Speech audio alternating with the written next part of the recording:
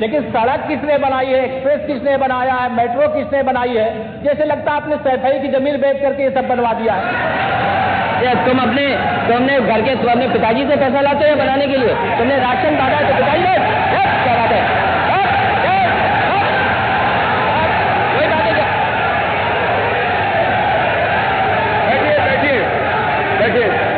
अभी बैठे राजेश जी, अभी बैठे सब लोग, बैठे अभी बैठे, अभी बैठे सब लोग, नेम जी बैठे, राजीव बैठो।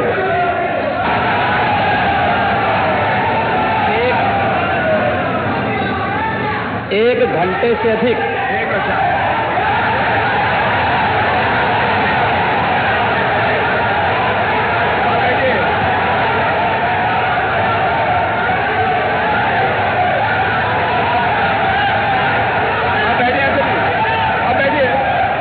माननीय अध्यक्ष जी, नेता सदन खड़े हैं माननीय, आप अनुमति दे चुके हैं, उसके बाद ये शोर शराबा ठीक नहीं है, ये उचित बात नहीं। अध्यक्ष जी, 1 घंटे से अधिक पूरा सदन माननीय नेता प्रतिपक्ष को सुनता रहा। बड़ी शालीनता के साथ उन्होंने अपनी बात कही। विपक्ष के नेता का जो दायित्व था, उन्होंने अपने कर्तव्यों का निर्वहन किया। हम लोगों ने सुना। इस सदन में और सरकार के उप मुख्यमंत्री अपनी बात को रख रहे हैं, बीच में रनिंग कमेंट्री का मतलब क्या है? और दूसरा, एक सम्मानित नेता के खिलाफ असभ्य शब्दों का प्रयोग हो, तो शब्द का प्रयोग हो, तो ठीक नहीं है। और मैं बड़ी विनम्रता से कहूंगा नेता प्रतिपक्ष को कि आपको इतना उत्तेजित नहीं होना चाहिए। देखिए, सफाई की बात नहीं कर रहा हूं मैं, सवाल सफाई का नहीं है। देखिए, हम लोग भी जो विकास कार्य करा रहे हैं, या आपकी सरकार के समय जो विकास कार्य हुए होंगे, ये हमारी ड्यूटी थी। सरकार होती है और हर सरकार को अपनी उपलब्धि को कहने का अधिकार है। माननीय उप मुख्यमंत्री जी ने बिल्कुल सही कहा कि विकास, आपने कहा, आप विकास की जब चर्चा हुई तो उन्होंने जो बातें कही बिल्कुल ठीक ढंग से की थी। आपके यहां के दूसरे नेता या जब माननीय उप मुख्यमंत्री का यहां पर भाषण संपन्न होता, उसके बाद अपनी बात आप लोग कह सकते थे।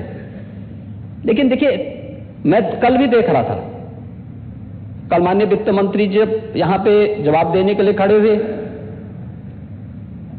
उन पर जिस तरीके की भाषा का प्रयोग उस समय किया गया, आज फिर हम देख रहे हैं। देखिए, लोकतंत्र में हर सदस्य को सदन में अपनी बात रखने का पूरा अधिकार है, और अगर आप कहेंगे तो कैसे इस बात की अपेक्षा रखते हैं कि इस पार से उसका जवाब नहीं मिलेगा? पूरे 1 घंटे से अधिक समय तक पूरा सदन और खासतौर पर सत्ता पक्ष से जुड़े हुए सभी मान्य सदस्यों ने आपकी बात को बहुत ध्यान से सुना। देखिए, सहमत होना ना होना अपना विषय है, नहीं, सवाल दूसरा नहीं। देखिए, सवाल, देखिए, सफाई भी इसी प्रदेश का हिस्सा। अध्यक्ष महोदय, सवाल ये नहीं है, मैं सुनने को तैयार हूं। अच्छा, मुख्यमंत्री बोल रहे हैं, सफाई भी तो इसी प्रदेश का हिस्सा है। नहीं, सफाई, देखिए, भाषा आप उसको बाद में बोल सकते हैं। देखिए, हमारी सहमति असहमति हो सकती है।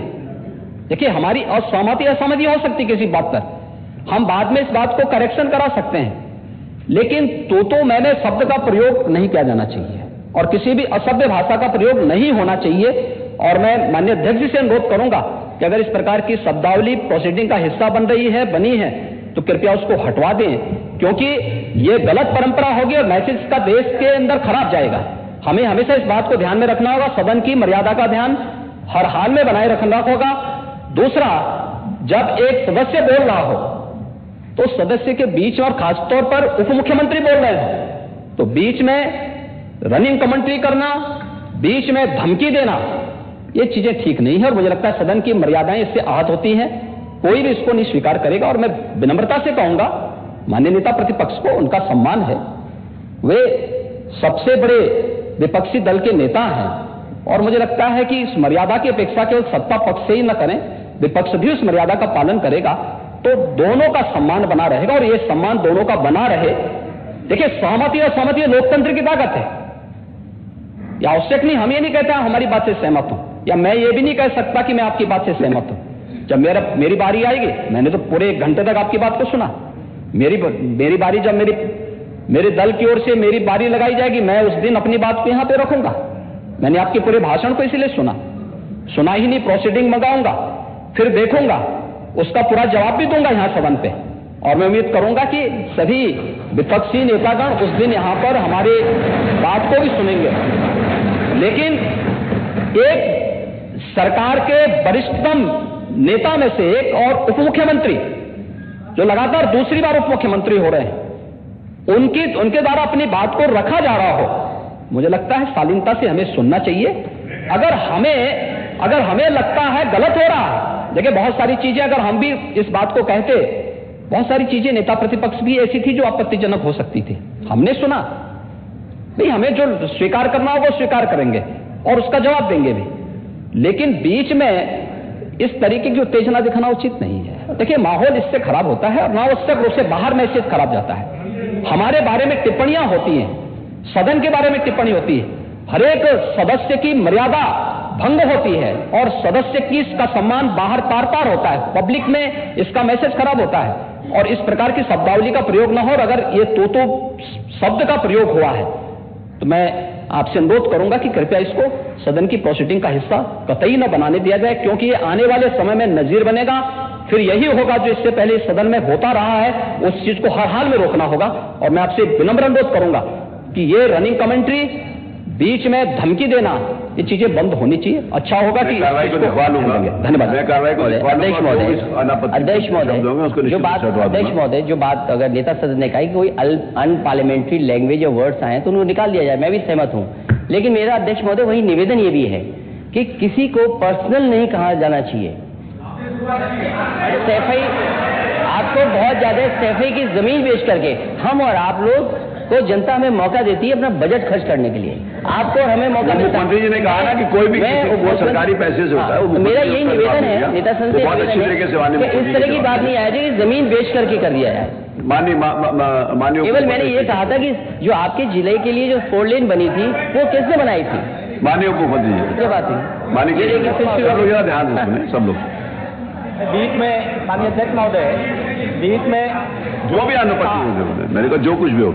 अध्यक्ष महोदय, मैं बीच में जब मैंने अपना भाषण कर रहा था उसमें नेता प्रतिपक्ष खड़े होकर के क्या कहे, शोर शराबे में बात सुन नहीं पाया।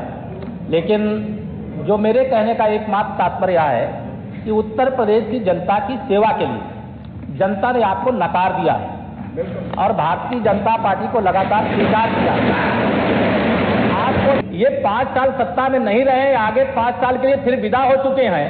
2027 में चुनाव आएगा, मैं तो यह मानता हूं कि फिर कमल खिलेगा, फिर आपका अभी कोई भविष्य इस समय नहीं है। लेकिन सड़क किसने बनाई है, एक्सप्रेस किसने बनाया है, मेट्रो किसने बनाई है? जैसे लगता है आपने सैफई की जमीन बेच करके ये सब बनवा दिया है। तुम अपने घर के अपने पिताजी से पैसा लाते हो बनाने के लिए? तुमने राशन काटा तो पिताजी क्या बात है?